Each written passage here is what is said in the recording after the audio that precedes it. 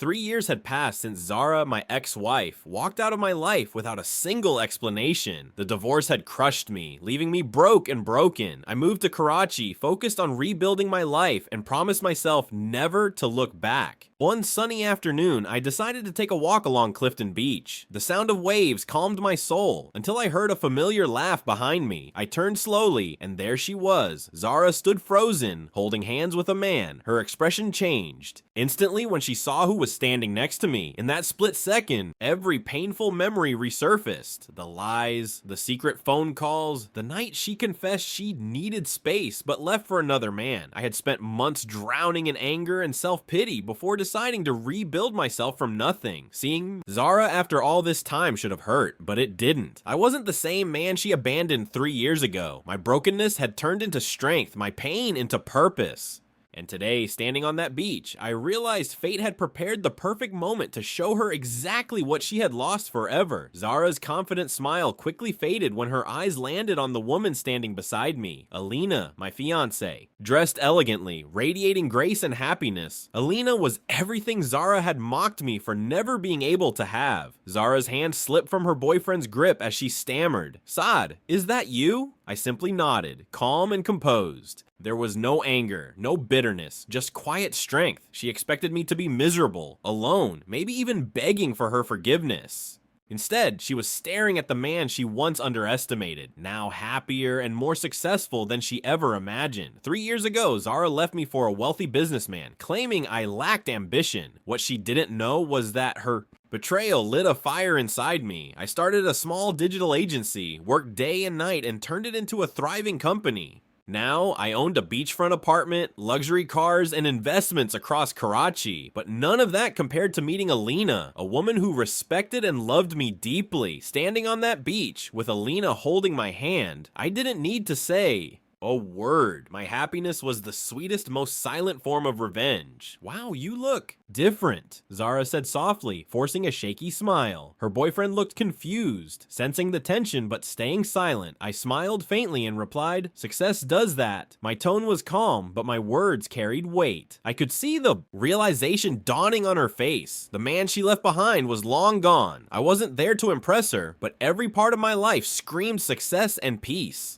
Zara's eyes darted between Alina and me, as if comparing what she had now with what she threw away back then.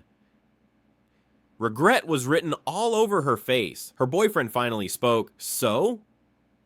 You two know each other?" Before I could respond, Zara blurted, "We were married." The man's raised eyebrow said it all. He hadn't known the full story. I extended my hand to him politely and introduced myself without a hint of bitterness. That composure shook Zara more than any angry words could. Once she had the power to break me, now she couldn't even disturb my peace. She realized that. She no longer controlled the narrative. She had chosen her freedom, but she hadn't expected to see what that freedom truly cost her. Zara looked glamorous, draped in designer clothes and expensive jewelry, but her eyes told a different story. There was exhaustion, emptiness, and a sadness she couldn't hide. Alina smiled warmly at her, unaware of our past, while Zara's fake smile faltered. She tried to maintain her pride, but it was slipping with every passing second. "You seem happy," she finally whispered. I nodded. "Happiest I've ever been." That simple sentence shattered her facade completely. I didn't need to insult her, didn't need to gloat. My life, my success, and my peace were the only answers she would ever get. Before leaving, I introduced Alina properly, emphasizing the word fiancé. Zara's boyfriend glanced at her sharply, now piecing together parts of her past she had probably hidden. Zara froze, her lips trembling, trying to muster a fake congratulations. Alina gently kissed my cheek and held my hand as we walked away, leaving Zara standing motionless in the sand. No shouting, no drama, just silent devastation. She had chosen someone else over me, but life had shown her the consequences. My revenge wasn't loud, it was in the happiness she could never be part of again. As Alina and I strolled along the beach, the salty breeze brushed against my face, carrying a strange sense of closure. I didn't look back, not even once. Zara had been a chapter in my life, but I had written a better one without her. For years, I thought revenge meant proving her wrong. Now I realize true revenge was living better, happier, and more fulfilled than she ever imagined. The pain she caused had turned into strength, and strength had brought me peace. That beach wasn't just a chance encounter, it was the moment I finally let go. It's been 3 years since Zara left, and today I feel nothing but gratitude for her betrayal. Without it, I wouldn't have built the life I have now.